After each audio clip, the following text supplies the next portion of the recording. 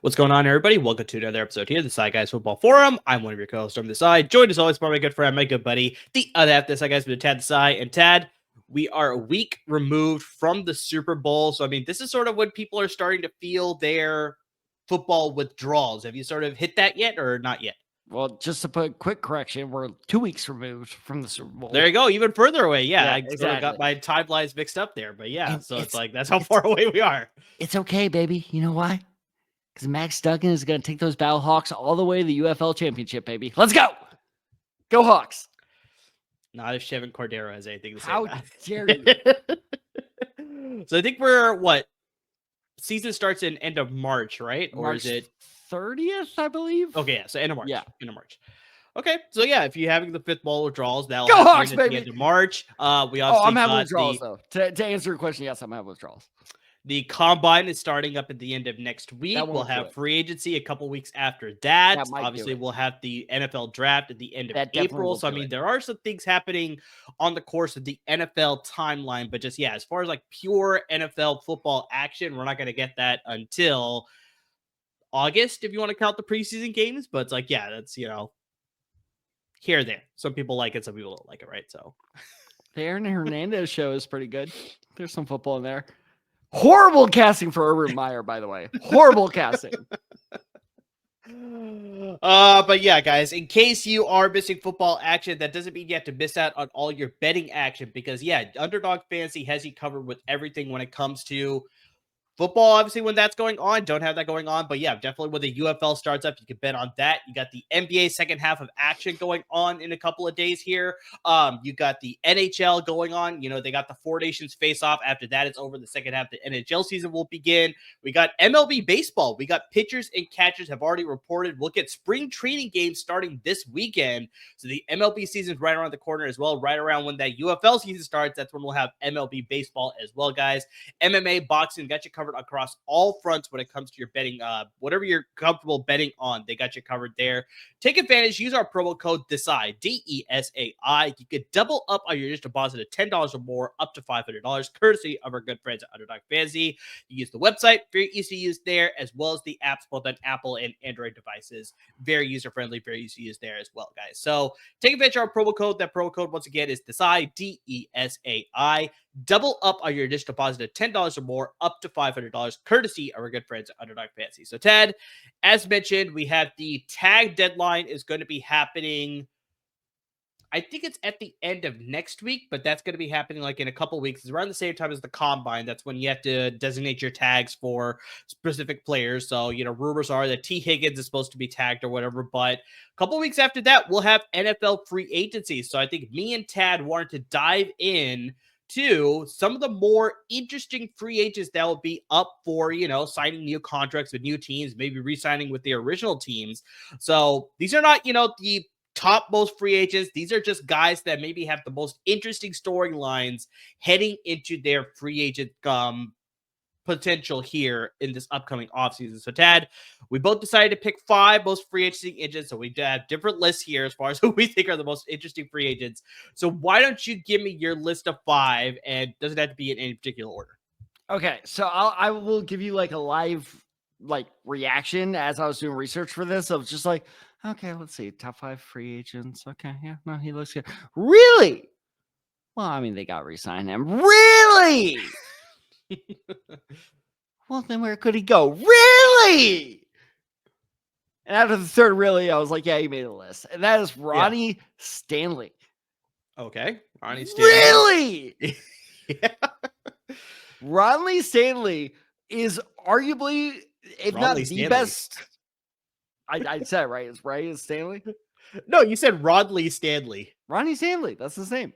No, you said you added an L. You added Ronnie Stanley. That's what you said. Oh, I said Ronnie Stanley. Man, my bad. Well, okay. So for our listeners, is like up until last night, until Murray corrected me, I thought it was Ronnie Stanley. So I'm very, very paranoid about his name right now. But point being is he is one of the best tackles in the game. Well, right. wait. Who else is on your list before we dive into going Ronnie through Stanley? the whole list? Yeah, Okay, just go through the entire list. I want to hear everybody. All right, cool. I thought we were going one by one. Second is Sam Darnold.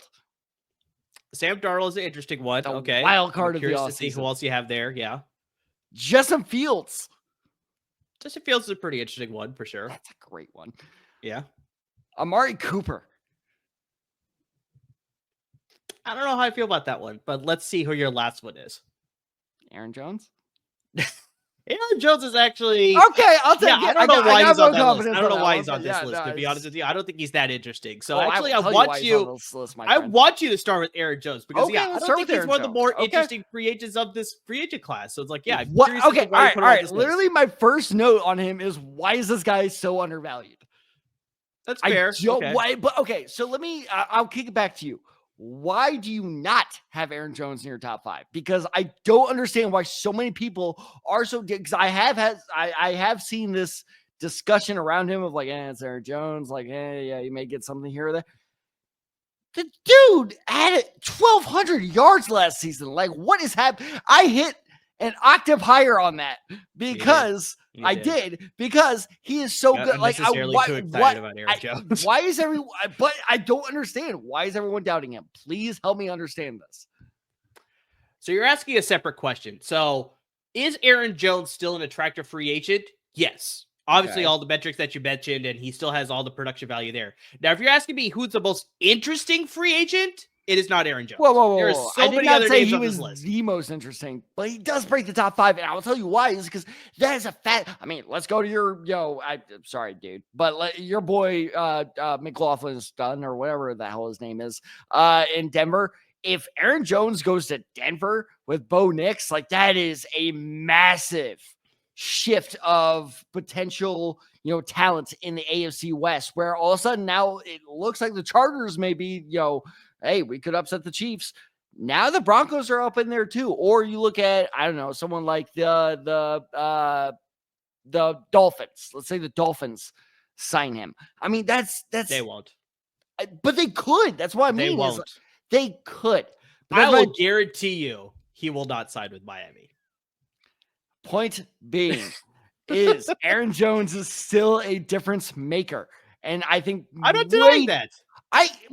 So why doesn't he break your top 5 most interesting? Because he's not the most interesting. There's so many other players that are more super interesting. You have a dual threat running back that basically could step in and be your RB1 from the get-go. Like that's fascinating. Imagine if the Patriots got him. If the Patriots and Mac Jones, oh, wait a minute. The Patriots and Jacoby Brissett, oh, wait a minute. Wow, you're really going to, undermine Drake May that much? The Patriots and Matt Castle. That's terrible. No, don't even try and salvage this. Drake May is good. I'm very optimistic for Drake May. No, why are you going to do that to him? I was going for the joke. I know you are. Why would you do that to him? But, I mean, imagine that, though, is Drake May with Aaron Jones. You're telling me that's not arguably a top 10 backfield in the AFC? It could be. That's my point of you plug Aaron Jones anywhere in the NFL, all of a sudden he is a potential number 1 running back. That's a very interesting wild card on the market. All right. I guess your definition of interesting maybe is a little bit different because is he not number 1 running back? Sam Darnold's a lot more interesting. Well, that's just playing the position at that point. No, not even that. Just I think okay. So outside of Aaron Jones, I want to hear your thoughts on Amari Cooper because that one's another one where it's like I was a little bit. I was piqued. You piqued my interest as to why you put him in your most interesting free agents of 2025, bro. I think this is the first time in podcast history I've called you bro. But bro, that is very true. That's an accurate statement. After close to 5 years, yeah. How about this? Bruh. I'm telling you, bruh. This is also what it's like being an 8th grade teacher, bruh. But I am telling you, this has all the makings for a classic redemption tour. Do you want to get, you know what? Let's play your favorite game. Over under 25 receptions Amari Cooper had as a Bill. Under. You are correct. Do you want to guess how many? I want to say probably half that. I'm going to say like 12. Oh, so close. Although not that close. 20. So close, but not that close. What the hell? I don't know. I was trying to do you a favor. But he had 20 catches for 300 yards and 2 touchdowns as a Bill. Yeah. Obviously not what they traded for, right? No. But here's the thing is I think this has like this is just reeks of like a 1-year contract with a contender where he is going to kill. Because it's not like Amari Cooper, like you look at him play, it's not like, okay, you know, he's past his prime or anything. Like you could maybe argue he's not the same receiver as he was. And I think, you know, there's some legitimacy to that argument. However, I think you would be hard pressed to find anyone that would be like, nah, he's washed. He's done. So imagine if, God, I hope this does not happen, even though I know this is what's going to happen. Imagine if he signs like a 1-year, $4 million contract with Kansas City. Are you telling me that is not a contract we're going to be talking about?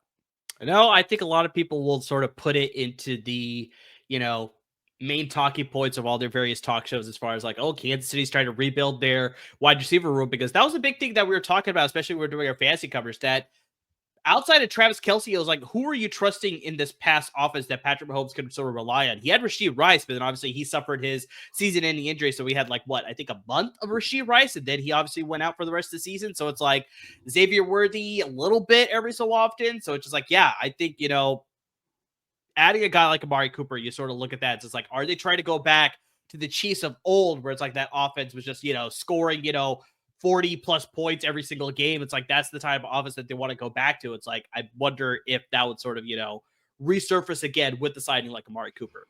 I really hope this works on the first try. What is that? Damn it. What does that say right there? There we are. LAFB. LAFB. What does LAFB stand for?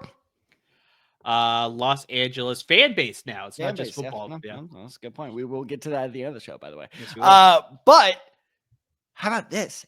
Because I know this has been heavily rumored and all the Chargers fans are like, we're getting Devontae. If you don't get Devontae, is Amari Cooper really that bad of a consolation prize? If Amari Cooper goes to the Chargers, we're going to be talking about that quite a bit, especially come fantasy football season, because that's going to be interesting. My entire point being is, yes, everyone's like, all right, Amari Cooper didn't do shit this year, and they're kind of like just shoving him out of the spotlight. But if he goes to the right team, that could be a fascinating, not just fantasy play, but like actual game, you know, game day difference maker at the moment. I agree with that. Yeah, I think he's one of the, you know, more. So how is he not one of the top 5 for you? Like I said, I think I just maybe took the interesting direction a little bit differently than maybe you did. So we'll get to that obviously a little bit later here. Fair. But the other one that I think intrigued me the most out of your top 5, as far as like, I'm surprised you put him in your top 5. I can maybe justify it a little bit more compared to Aaron Jones and Amari Cooper, is Justin Fields. Like, I'm surprised that he was in your top 5. See, and I agree, because if Justin Fields goes back to Pittsburgh, it's, you know, nothing happens. Fine. All right. Bad call. But I think he is, for lack of a better word, he's a wrench. And I will tell you why I say this is because one of the teams reportedly interested in him is the Indianapolis Colts. Oh, that's a backup for Anthony Richardson. Backup to Anthony Richardson? Or... usurp him. Oh, you think that's what's going to happen? I don't know, but that's my entire point is like, again, he's a wrench. You throw a wrench in these plans of like, I don't know. You throw him like over in, Seattle's probably not going to sign him, but like you give him like to the Saints or something like that, where all of a sudden you're like, I don't know if my mic's picking that up, but yeah, see, there we go. That's how controversial it is. You really want to give up an Anthony Richardson to move forward with Justin Fields now? It's like, okay. There were gunshots fired at my apartment the other night, so that probably has something to do with it. But anyway, people still bad about that Luka trade problem. Oh my good God. Don't even get me started on that. But I mean, hey, hit the sirens, baby, because I'm telling you, Justin Fields, his opportunity to become a starter is going to be very, very interesting depending on where he goes. Because if he goes to that's a critical factor. Exactly. It depends where he goes. Because if he goes to back up, like I think I saw the Ravens were also interested. That's not interesting, right? Because it's just like, okay, no, that's a very good backup for Lamar Jackson. In which case, shocker, Ravens are good. But he's never going to see any playing time either, so it doesn't get unless Lamar gets hurt. Exactly. Yes. But if he, let's say, Justin Fields goes to the Browns. Then all of a sudden it's like, ooh, okay, Deshaun Watson versus Justin Fields. Like, would be, if I'm the Browns, I'm like, I don't want to take Justin Fields. Like, that seems like the better option. So that's why Justin Fields made my pick, is because like he could throw so many different scenarios in here, not just in terms of starting quarterback, but also because it's just the way my mind works of like what makes them draft more interesting. Because imagine if the Giants signed Justin Fields. Travis Hunter to the Giants seems a hell of a lot more likely there. So like Justin Fields draft implication, depending on where he signs, is huge. Yeah, I think, like I said, I could sort of justify this one being in your top 5 a little bit more than the other two. And really quickly, you could sort of explain Sam Darnold and Ronnie Stanley, but I could see why they're in your top 5. I mean, Sam Darnold, best quarterback on the market. I'll be interested to see if he's a bridge quarterback, especially how his season ended. That is the critical factor. That's why he is very interesting to me, because of how he ended his season. Exactly. So I came up with a couple candidates for a bridge quarterback. He could be a Pittsburgh Steeler. Okay. Or how about this? A Tennessee Titan. Now, if he were to be the new face of the franchise, which is a risk, but it may happen. How about the Browns? Okay. Could happen. That rub your fancy. How about the Raiders? Raiders, he'd be an instant starter there. But that's what I mean. No. Keep in mind, this is the new franchise tier. So like he would be the face of the franchise. Oh, okay. Yeah. Then I can see that. I can see that. Okay. So we got the Raiders, the Browns. How about this? I'm back, baby. He's a Jet. I don't think he wants to go back. That would be so great. Tell me that would be great. That would be pretty hilarious. I briefly considered him as insurance policy for Bryce Young, but I decided to back off that take. But like that was actually in my notes for a little bit there.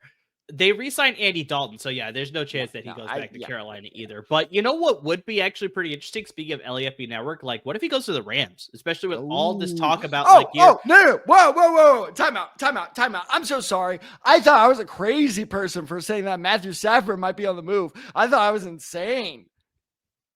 You are. Like I'm saying, he's still going to go back, but they still need to figure out a solution after Stafford decides to, retire or get traded after a couple of years or whatever it is, right? So it's just Sam Darnold's like 26, isn't he? He's 28. He's late 20. I mean, that helps my case even more. Then that's not the best case scenario for future successor. But still, that's an option that I'd rather have as my backup compared to Jimmy Garoppolo. I'm sorry. Oh, that's a good question. Darnold or Garoppolo? The way Darnold played, I'd rather have Darnold right now. Oh, they played at what point of the season, though? But it doesn't matter because you look at the entire regular season where he played under Kevin O'Connell's system, who came from Sean McVay's coaching tree. That sort of transition is going to be a lot easier. So we could see him replicating that success in Los Angeles a lot easier. So that's why I 100% would take Darnold over Garoppolo. Like, that's no question. No question. No, that's fair. All right. So I'll top out of my list with Ronnie Stanley, who, before, you correctly made me go through my entire list. So Ronnie Stanley is one of the best left tackles in this league. Yeah. I didn't know he was a free agent up until I was doing my research for this episode. And I was like, all right, well, it's the Ravens. The Ravens are going to re-sign him. I don't think they can. Like, I legitimately, it's not like I don't think they won't. I legitimately don't think they can. Because do you know the average, free agency price per year? Like how much they earn per year for a top tier tackle on the free agency market? Do you know what they're going for? I do not. $20 million a year. Do you want to guess how much total cap space Baltimore has available this year? Is it exactly 20? It's not. Oh, was it 3 or something like that? 3 million? 10. They have 10 million total. Yeah. To deal with. So he would have to take one hell of a hometown discount to make that work. So Ronnie Stanley, in all likelihood, he's gone, which it raises all types of interesting questions, which also, By the way, Josh Connerly to the Baltimore Ravens. Spoiler alert for my next mock draft. Interesting. How about that? Or that, now, I will say, that what's the Minnesota guy? Emery something? Minnesota? Yeah, the Minnesota tackle. Oh, you're talking about Arante Ursary, I think, right? Is that who you're talking about? Did I really just make I think it's Arante. I'm pretty sure that's how you pronounce it, but I know it's Ursary. That's his last name. Ursary. Either way, either the Minnesota guy or the Oregon guy, he's definitely going to be a Baltimore Raven because Connerly's going to be gone. Now, here's the interesting thing with Connerly I'm interested in. I'll be interested to hear, like, if, both what you think he's going to do and if you were in his position, what would you do is he's obviously due for a payday. Sure. Do you take, let's say, I don't know, $85 million to go to the Chiefs? And I'm just pulling that out of my ass. I don't think the Chiefs, it is the Chiefs. So they can't put it past the Chiefs. Yeah, no, especially after their Super Bowl performance, you can't put it past the Chiefs because they already did that last time they lost, right? That's what they did with Tooney. Is exactly. But all right, so let's say he signs some random ass $85 million contract with the Chiefs, or would you rather sign $110 million with, let's say, the Seahawks? Because I think that's the option he's going to be facing is like, he's going to have a lot of bad teams offering him more money. He's going to have a lot of good teams offering him a solid amount of money. But like in my mind, because like you said, before people yell at us of like, where's the T. Higgins talk? Where's the Chris Godwin talk? T. Higgins is likely to be tagged. Godwin, from reports, is about to be re-signed by the Buccaneers. So we are talking about guys who are actually going to be out there on the market. For sure. So if you were, Ronnie Stanley on the market, what would you do? Yeah, I would try my best. That is exactly the sound I was hoping for. I would try my best to re-sign. So I would really? Baltimore. Yeah, that's because we've talked about this before on the pod. A hell of a lot of restructuring. But we talked about this before on the pod Tad, that the myth is sort of a lie. That's just like, you can sort of restructure contracts and sort of like give people extensions and sort of adjust your cap space. It's like the biggest thing is like once you get to the league year, you just need to be under the cap. Then after that, you could sign people and go over the cap and do like what the Saints do where they're like 80 million or whatever. Go bankrupt. Go bankrupt is what you're talking about. But just like the biggest thing is you just need to be under the cap by the time the new league year starts. So it's like as long as the Baltimore Ravens are in that position, then they can sort of work around and sort of make these sort of adjustments and bring in the guys that they really think will be difference makers for their roster. And so Stanley has obviously been a, cornerstone for that offensive line for them on the left tackle spot there. So it's like, I think my best bet, if I was Ronnie Stanley, is to re-sign. Otherwise, to go back to a contender. Because it's like, the money thing is great, but just like, there's very few teams that are going to give you a high contract that you want, as well as being a competing franchise. Like, not everybody's going to be Kansas City where they'll throw you all the money, plus they're going to be a contending franchise as well. So, all right. So before I get your prediction, I will give you $5 if you can bet who has the second biggest cap hit on the Ravens roster. The second biggest? Well, because you can probably guess the first. It's Lamar, I'm guessing, right? Yeah. Is the second, I think, Patrick Queen? You are incorrect. He is third. He is third. Okay. I totally forgot this guy was a Raven. Is it Marlon Humphrey? It is Marlon Humphrey. Good job. That's the only other big name. I don't owe you the $5 because you didn't get on the first guess. No, that's fair. Anyway. No. You were going to give me the $5 you would have got on the first, right? Well, but my God, Marlon Humphrey, I didn't realize he was that good. I knew he was good, but like, goddamn. So I think he sort of commanded that bigger contract, right? So it's like, that was the only other big name that I could think of. That was like, he's probably going to go. Let me rephrase it this way. Is your prediction, because I know what I asked was if you were Stanley, what would you do? Yeah. Now, what is your prediction? What does Stanley do? My prediction is actually that he does resign. No. Like I said, I think the Ravens find a way to get him to resign. You think he leaves? I think he's a Patriot. Patriot, okay. They do have like a substantial amount of cap space. I think they have the most. It's like the most over he's the either second a Patriot or 25 million or whatever. He's either a Patriot or Bear. I bet you anything. Could happen. There you go. All right. So I ran through my top 5. So just to give everybody a reminder of my top 5 is Ronnie Stanley, Sam Darnold, Justin Fields, Amari Cooper, and Aaron Jones. Yeah. I don't think we have any repeats. Do we have any repeats? No, No. Okay. Because like I said, All right. I think the direction that I went with my most interesting free agents is maybe a little bit different as to why maybe you went this direction, I went in different direction. So I'll list out my top 5 here. So, or not in no particular order. Yeah. So we got J.K. Dobbins, running back with Los Angeles Chargers. That's an interesting one. Tyron Smith, offensive tackle with the New York Jets. He's still alive. That's why it's interesting. That is why it's interesting. Stefon Diggs, wide receiver with the Houston Texans. He's still alive. Haason Reddick, edge rusher with the New York Jets. He's a Jet. I'm not. That's not even a bit. I didn't even know he was a Jet. Which plays into the storyline. I honestly thought he was still a Cardinal. And then the last one, a Cardinal. Wow, he hasn't been a Cardinal in ages. What? Yeah, that was his first team. Then he went to Carolina. He was then the he went to Panthers? Philadelphia. And He was then an now Eagle? he's with the Jets. No, I didn't know. I didn't know he was an Eagle. He was like a. Yeah, no, I knew he was an He Eagle. didn't win I knew defensive he player of was the an year, Eagle. but I think he finished either second or third the first year that he signed in Philadelphia. Yeah, I knew he was an Eagle. Anyway, and speaking of Philadelphia, the last guy that I have is Zach Bond, linebacker of the Philadelphia Eagles. So that's my top 5. I'm gonna dodge the racist comments here. Who? Zach Bond? You don't remember Zach Bond? Who? Wow, you really just don't know your football then, because so maybe we'll start there. So Zach Bond, Tad. By the way, for those of you wondering about the racist thing, is I was gonna do like the Guardians of the Galaxy who, but yeah, I thought that'd be a little dangerous. So I'm only gonna do it once. Not that one. So Bond had a total of 14 starts, Tad, in his first 4 seasons in the NFL, playing as a backup and special teamer with the New Orleans Saints. He was drafted in the 3rd round, so that's why he only had a 4-year contract. So after his 4 years, he was a free agent, signed with Philadelphia on a 1-year deal this past year, and absolutely blew up as far as his performance because he became a starter. He totaled 151 tackles for the Eagles, 11 tackles for loss, 3.5 sacks, 1 interception, 4 passes defended, and of course, he won a Super Bowl, which in the Super Bowl, he recorded an interception in the Super Bowl as well. Bond was obviously named to the Pro Bowl. He was a first-team All-Pro player. He finished 5th in the Defensive Player of the Year voting as well. And I mean, Ted, you talk about like bargain deals. The Eagles signed Zach Bond to a $1.6 million contract the last offseason, and they got this performance from it. So it's just amazing what sort of return that they were able to get for him.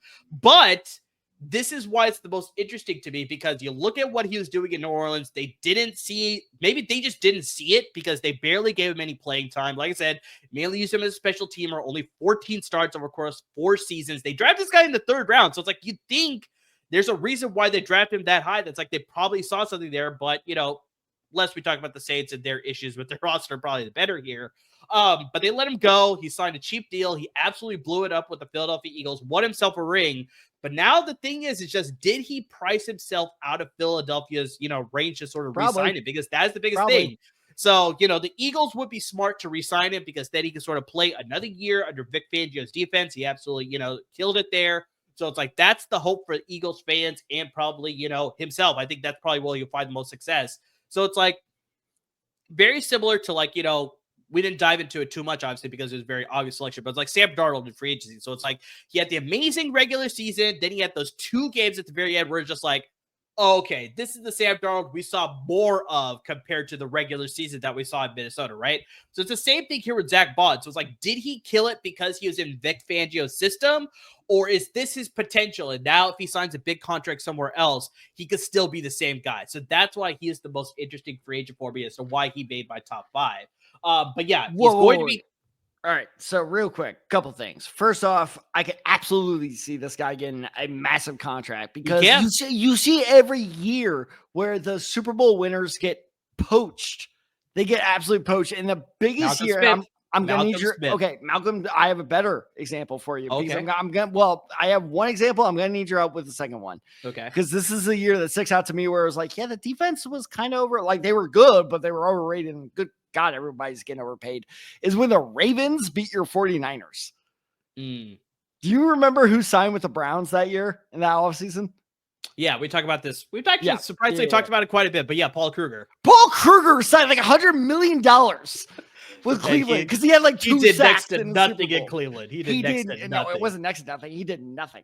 Also, all right, this is where I need your help. Didn't like an inside linebacker? I want to say like, was it CJ Mosley to the Jets? Is that what I'm thinking of? Like there was some other like defensive player on the Ravens that signed for a ridiculous amount that offseason. He signed a big deal with the Jets, but he's actually been performing with the Jets. He I'm not saying, he dealt with some injuries, but yeah. I'm not saying he hasn't lived up to it or anything. I'm just saying, like, yeah, no, like once you win the championship and you are a contributor on that defense, yeah, someone's gonna pay you.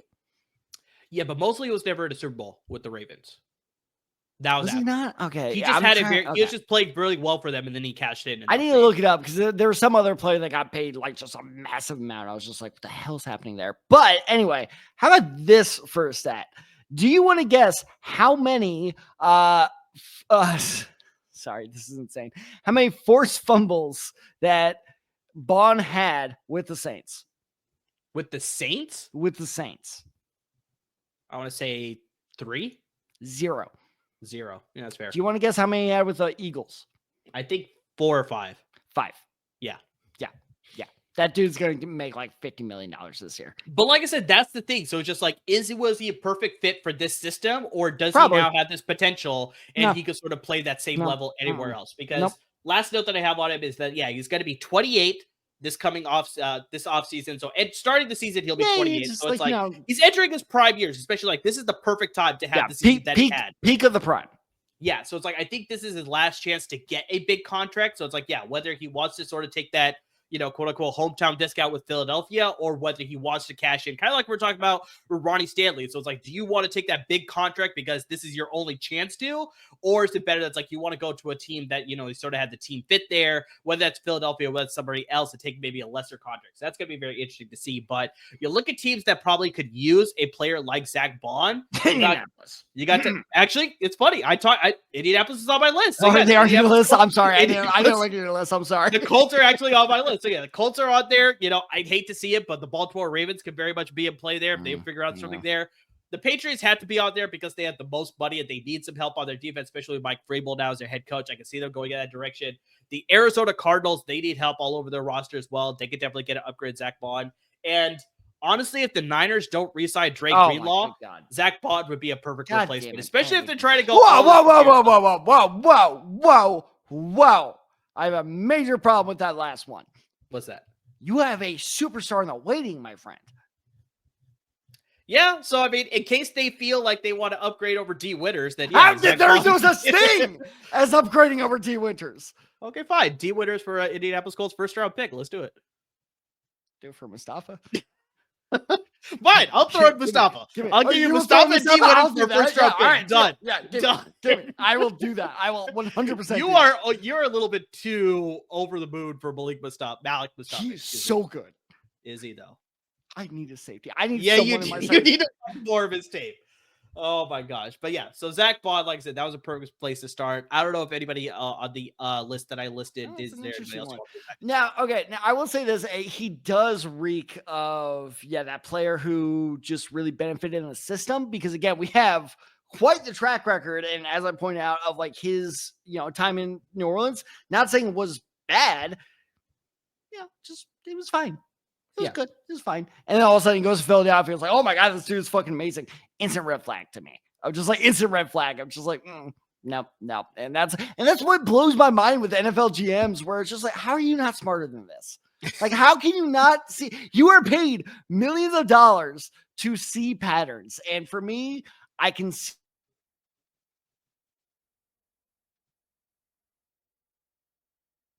20 mil guaranteed. I'd be nervous, but I would be like, okay, that's a fair thing. But I'm scared someone's going to throw him like 30 mil guaranteed. And it's just going to be, the Giants are going to do it, aren't they? I'm seeing market value right now that he could be averaging anywhere between like 15 and 20 per year based on the contract that he signs. I think that's fair. They're comparing it to other players that sort of signed at the same age and had similar performance. So it's like they looked at like Andrew Van Ginkel and like a few other guys that sort of signed similar contracts. So it's like could be like a 2-3 year deal, maybe like, maybe 60 million or something like that. And then, somewhere in that average of like 15 to 20 per year. So that could possibly be what he sees on the market. But if I was Zach Bond, I'd go back to Philadelphia, because that's where you found the success. Oh, so would I. I mean, once you find that system where you succeed in, I don't care if you have to take a paycheck, just take it. Also, Zach Bond out of? Wisconsin. Damn it! Well, I looked that one up when I was doing the notes. Damn it. All right, whatever. If you asked me that before I looked up Zach Bond, then I probably would have no idea as far as that one there. Wisconsin. But yeah, out of the list that I had there outside of Zach Bond, was there anybody else that sort of intrigued you as far as why he was on my list? Let me take a look at your list once more. Let's look at Dobbins. Dobbins is interesting. Yeah, that's why he made my list here. See, the reason he didn't make mine is I think that's just a no-brainer. He's going back to LA. Why would he not go back to LA? So that is the most obvious solution, I think, for him. But yeah, just jumping into the sort of talk here with J.K. Dobbins is that outside of his rookie year, Tad, Dobbins has been mired by injuries. We've covered this on the podcast before. And not just the same injury. It's not like, hamstring, hamstring. Yeah. It's like, ACL. Other ACL. Achilles. like MCL. It's just, that poor So it's only been one ACL. So it's been an ACL tear. I was making a point. He ruptured his Achilles. But yeah, it's been consecutive years since his rookie year. And yeah, that's been since 2020. So then he signed a 1-year prove-it deal with the Los Angeles Chargers. Baltimore was just like, too many demons there. It's like, let's go somewhere else, see if we can sort of resurrect our career, go back to that rookie year. And he had the name of that demon, Greg Roman. But he signed to Los Angeles with Greg Roman. I don't care. Greg Roman is still the devil. That is such an uninteresting offense. But he signed with Los Angeles, with Jim Harbaugh, with Greg Roman in a run-first offense. And we saw some of that, rookie year J.K. Dobbins, and he looked very, very good. So he played in 13 games. He rushed for 905 rushing yards, 9 touchdowns, all career highs. All career highs. So he had a very good season. But this is where it gets interesting because, unfortunately, Tad, he still couldn't avoid the injury bug. So he suffered a knee injury down the stretch where the Chargers definitely needed him. I know the Chargers still made the playoff. No, the Chargers missed the playoffs, remember correctly, right? I think they made the playoffs and they got trounced in the first round, if I'm not mistaken. That sounds right. You keep talking. I'll fact check. Well, so it's like, regardless, just they needed him for that final playoff push. He ended up missing 4 games this season, dealing with the knee injury. And you also look at the fact that it's like this year's running back draft class, Tad, is very, very good. I think there's a lot of prospects that you could add to a backfield, either as a change of pace back, as a lead back, as a workhorse running back, whatever it is. So that is going to be very interesting to see whether the Chargers decide that's like, you know what? Dobbins, you were great, but you suffered another injury. You're just too injury prone. I don't know whether we can rely on you. I know they signed Gus Edwards as sort of like a backup plan, but Gus Edwards was not as good, Ted. Like, I mean, he just did not.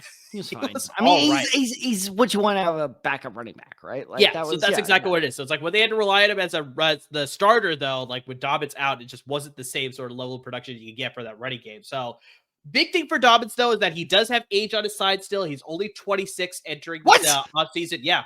He's only 26? Fuck! Only 26. I am so old. So he still has time on his side. So it's like, I think, I'm very much in the same boat as you. It's like you want to go back to that system where you found the most success under Jim Harbaugh. Maybe you go back on another 1-year deal. Maybe it's a smaller deal, like maybe 2-3 years, maybe like, 25, 30 million, something like that. That's what Myles Sanders signed when he left Philadelphia to sign with Carolina. So like, that's something that he could do there. But just like, yeah, I think his best bet would be to re-sign with Los Angeles. If Los Angeles decides to go in a different direction, I can see teams like, you brought up Aaron Jones, but Minnesota Vikings could replace Jones with J.K. Dobbins. You got the Steelers if they want to replace Najee Harris with J.K. Dobbins. Your Colts, if they need a backup for Jonathan Taylor, J.K. Dobbins, if he ease up. No.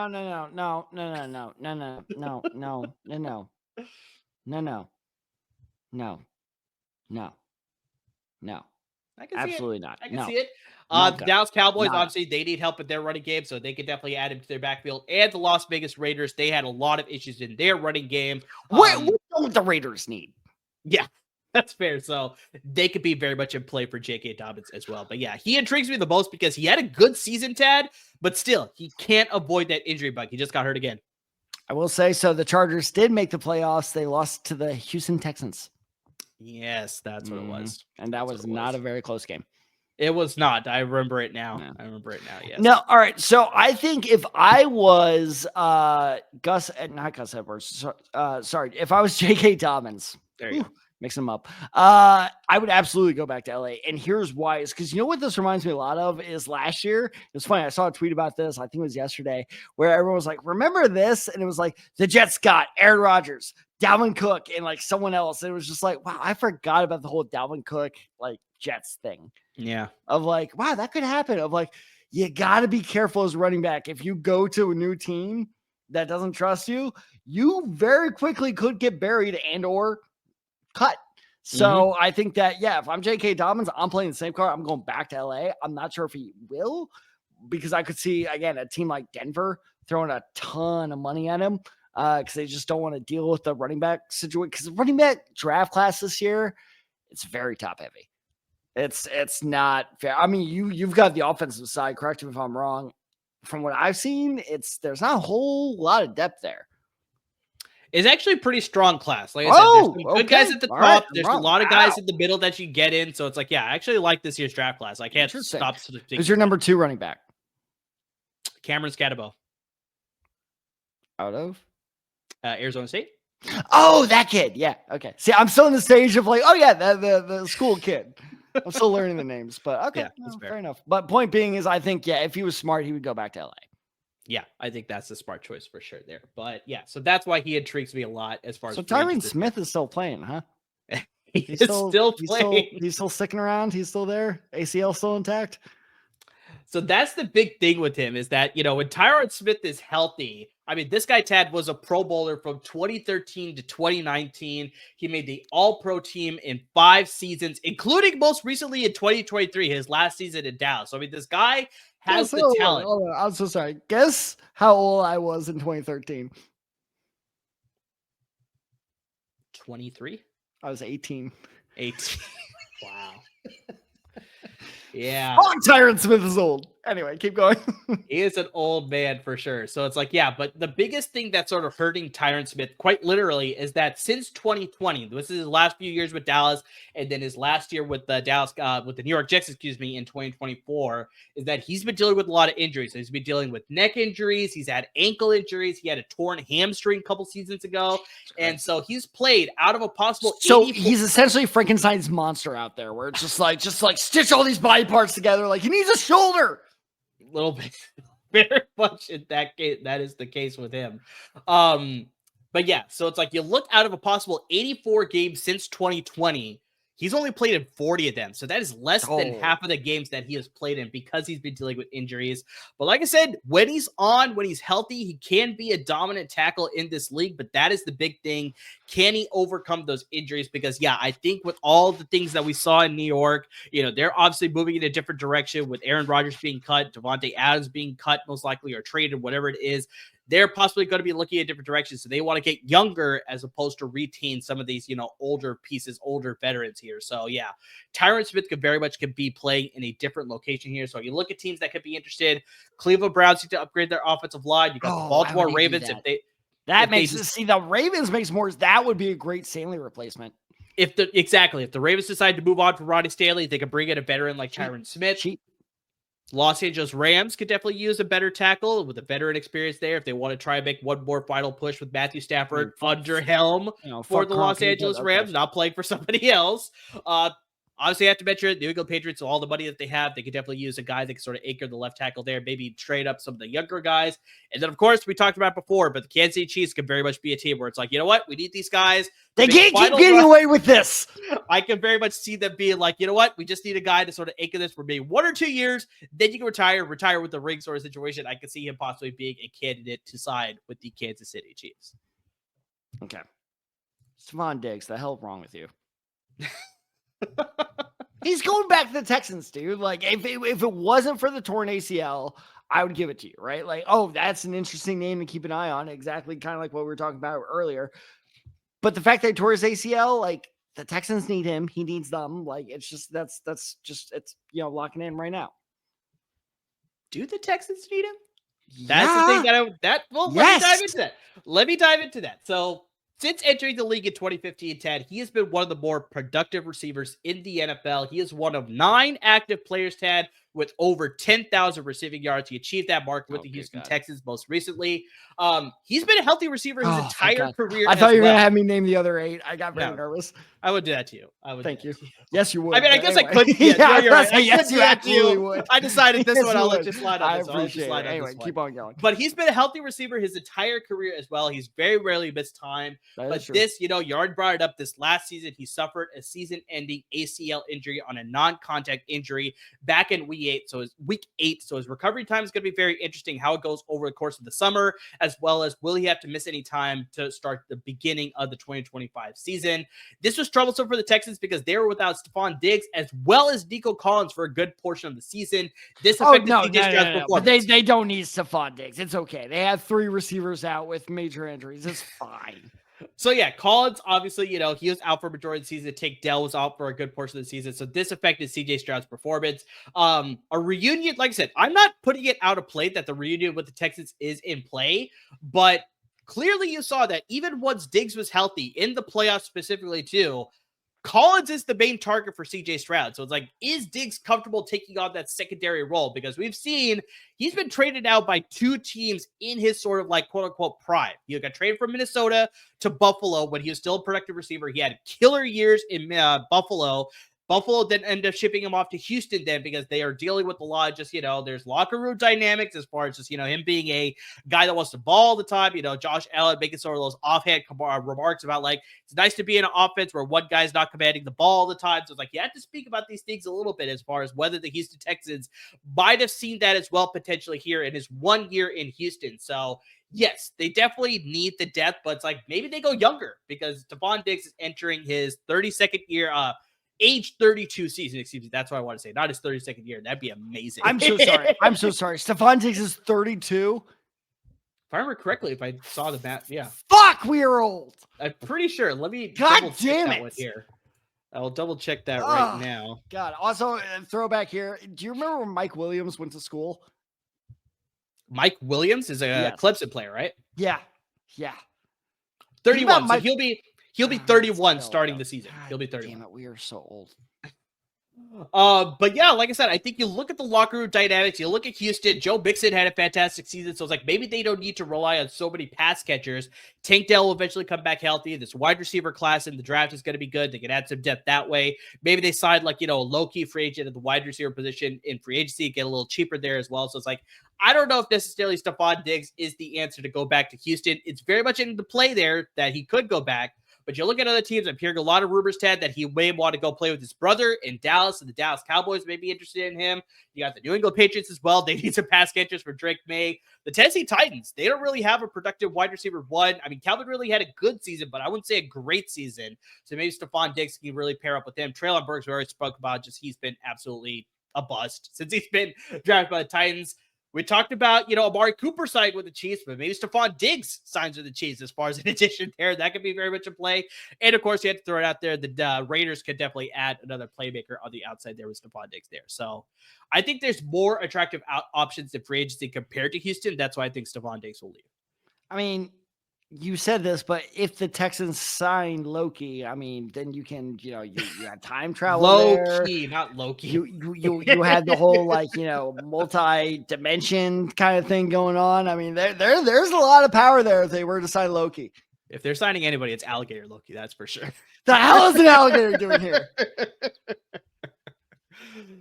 Oh gosh. Yeah. So, like I said, Stefon Diggs, that's why he makes my top 5 for most. Well, I mean, it's the same thing as the Amari Cooper argument, right? Like, I was just like, can he redeem his career, late in the game? And it's essentially the same argument there. And yeah, oh God, how good would that be if Stefon Diggs went back to Buffalo? It would. That would be. It would be interesting, but I don't see it happening. I think they trade him. They're like, curtain closed. We're done. We're not. I don't, and this is a whole separate, podcast topic. I don't think Buffalo is going to sign a receiver, but Buffalo, I mean, don't be surprised if they make some type of surprise splash for a receiver this offseason. Whether it be draft. I could see it happening.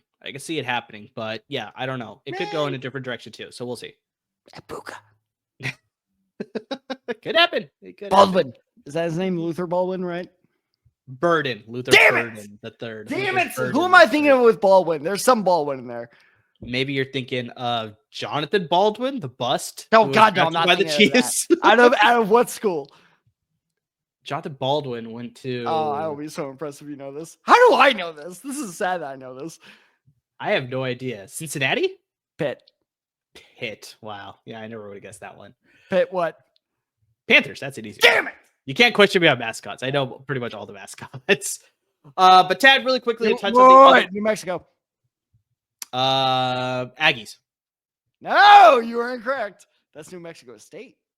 Oh, right, yeah, in Mexico State. New Mexico is the Wolfpack. Nope. Close. I had to be very careful. Lobos. Yeah, there we are. Yeah. The Lobos. Yeah. Anyways, who's your last guy? Just touch on the couple other guys that we have here on my top 5 list. So I think the last one that we had to touch on is Haason Reddick. So I mean, we already talked about it where it's like he had back-to-back Temple. Damn it! Yeah. Temple Owls. Mascot. Damn it! All right. So back-to-back Pro Bowl seasons with the Eagles when Reddick was traded. So he had back-to-back Pro Bowl seasons with the Eagles, finished in the top 5 for Defensive Player of the Year. His first year they signed with Philadelphia, but then he was traded to the New York Jets because they didn't want to pay him a big contract. And then what ended up happening with the New York Jets, he held out because he wanted a contract extension. The Jets didn't give it to him. He ended up being held out for most of the summer. He didn't play for the first 6 games of the season with the New York Jets. He ended up playing the final 10, 11 games or whatever it was, but he just wasn't the same guy because he didn't have that ramp up time of, preseason, of training camp, of everything like that. He totaled 1 sack, 14 total tackles, 2 tackles for loss, and 1 pass deflection. So it was not a good season. So now he heads into free agency. I really doubt he's going to return to New York because he wanted to be traded in the first place. So he wants to sign somewhere else.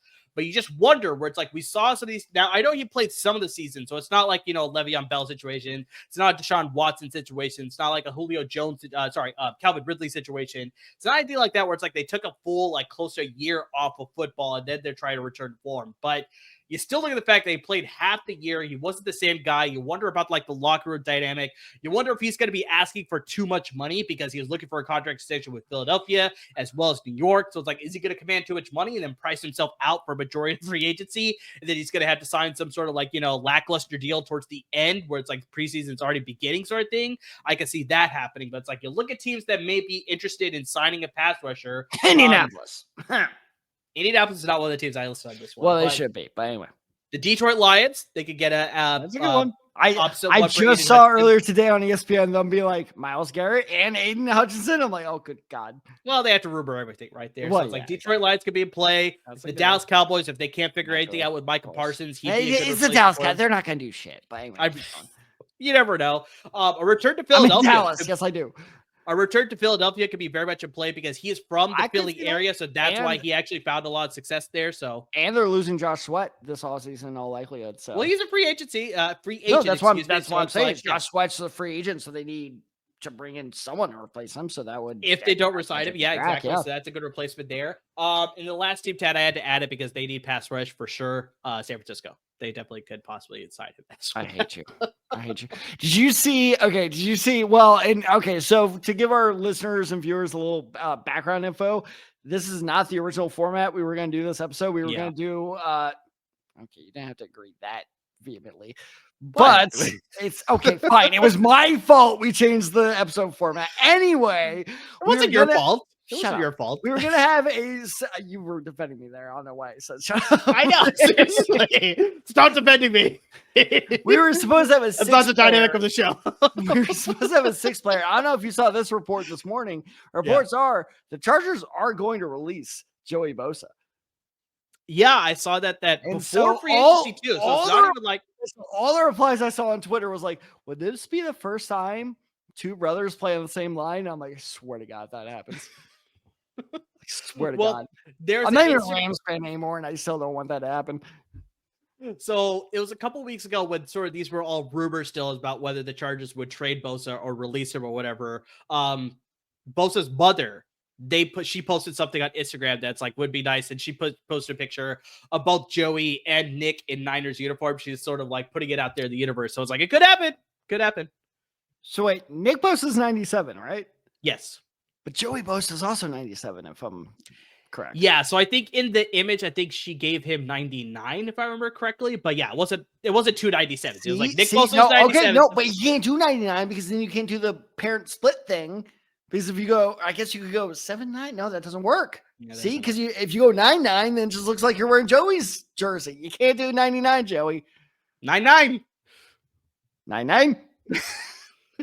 Anyway, going back to your Haason Reddick point, though, is no, I agree. I think I'll be interested to see, how much of I won't call it a prima donna holdout because from all reports, the Jets were like, yeah, we'll pay you. And they came to New York and they're like, yeah, we're not going to pay Yeah, He was like, what the fuck? It's just like, so I'm not going to call a prima donna holdout. However, that stigma does tend to stick with you. So I will be interested to see if that affects his free agency. But I think there will be a fairly large market for Reddick. It would not shock me if Reddick was one of those post-draft signings. Could be. But I would be shocked if, come August, like, it was I don't know, was that holdout or was he not signed last August? But either way, where it was like last August where his whole situation was unclear, also wouldn't shock me if we ever repeated that again. No, he's under contract. He was under contract. He wanted the that was extension. He's holding out, right? That was the whole like unclear. Yeah. But my whole point being is like if August come again, we're all like, let's go with the Reddick. Like, yeah, that wouldn't really shock me. Yeah.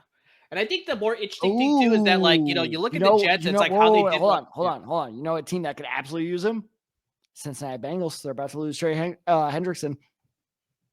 Well, apparently they want to pay Jamar Chase. I saw that. They're the Bengals. They're not paying anyone. It's like, how I saw all of that. No, get the hell out of here. There's no way they're going to pay all these guys. But T. Higgins is going to be a Titan. Yeah. The last note about Haason Reddick is that you obviously know that the dynamics with the Jets was sort of, not all that great. They weren't going to pay him, but it's like, you're in a contract year. So it's like, if he put up good numbers, that would have sort of, vaulted his free agency status as far as like, okay, I can still produce even with the limited time that he had, but he still didn't. So it's like, that's the other thing that makes it a lot more interesting with Reddick too. That just like only 1 sack in 11 games. That's not production that I want. So it's like, yeah, but it was the Jets, man. I mean, you just got like the whole year was just a scrub.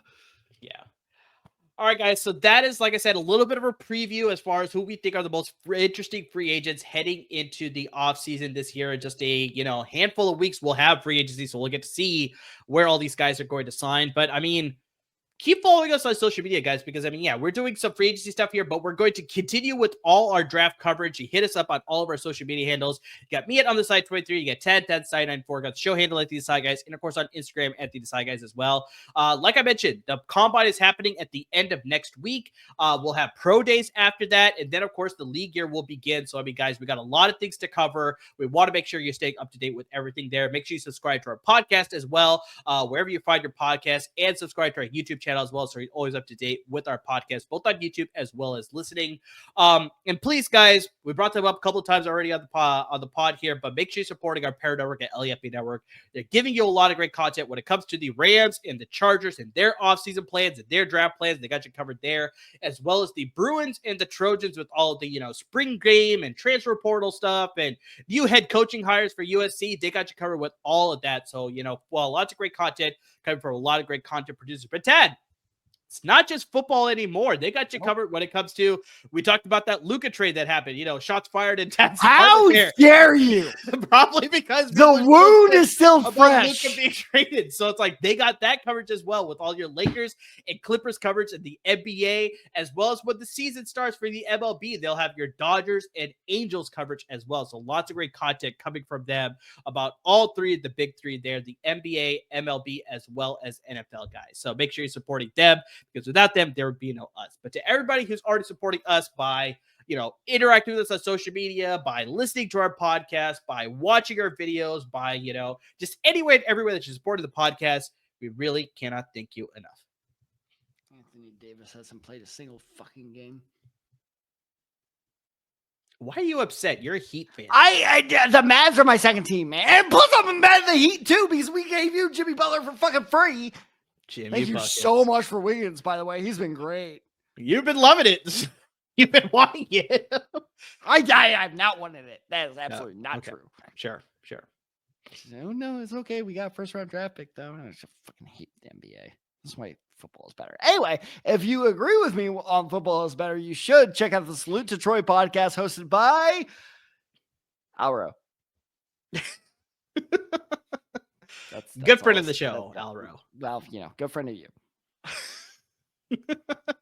Yeah, Alro hosts it. But no, in all seriousness, Alro is an excellent podcaster. I actually need to talk to him because I was playing NCAA football earlier today, and I was a running back in Road to Glory. I did not realize USC's running back depth chart is that shallow. I mean, I was a starter as a true freshman. Not Interesting. great. So if you want a little bit of analysis on that on the real level, Al Rowe is absolutely the person to check out. He's not the person to check out if you want a friend, but he is the person to check out if you want some USC expertise. I mean, tell me I'm wrong. If you do want a friend to You check are out, wrong because he's a good friend. Shut up.